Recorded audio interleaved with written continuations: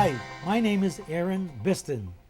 Canada has not been as hurt by the credit crisis as the United States and Europe has. A big reason is that they have superior banking regulations. For one thing, Canadian banking regulations are easy to understand. Canada has a small number of national banks. A typical company will only have one primary banking relationship. Though the largest Canadian banks are smaller than their U.S. counterparts, it's important to point out that the Canadian economy is only 10% that of the U.S. Now, if we examine the number of banks in the U.S. and Canada relative to each country's GDP, we can see that the six largest Canadian banks are about 3 times larger than the six largest banks in the U.S. The six largest Canadian banks also represent about 90% of total bank assets versus only 51% for the U.S. banks.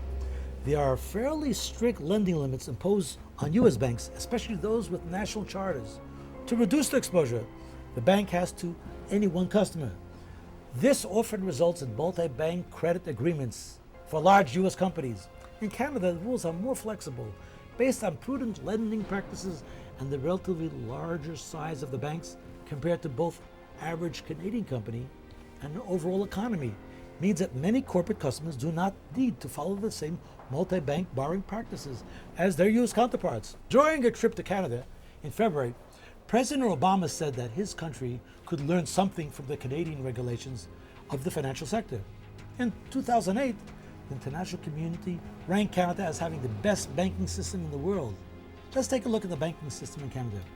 There are 5 major banks in Canada that dominate the banking system.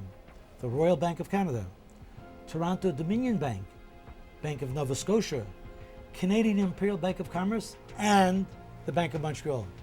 These 5 major banks have assets worth 2.4 trillion Canadian dollars. Forbes has rated all top 5 Canadian banks within the top 200 in the world. The only bank in Canada that lost money because of the subprime mortgage was the Canadian Imperial Bank of Commerce. It lost $2 billion, and the members of the bank responsible for the losses were fired. There are many checks and balances set up within the Canadian banking system that protect the consumers, the banks, and their interests. In the future, the rest of the world will learn from the Canadian banking system to prevent enormous losses suffered by so many banks, corporations, and consumers due to the subprime mortgage crisis. Thank you very much.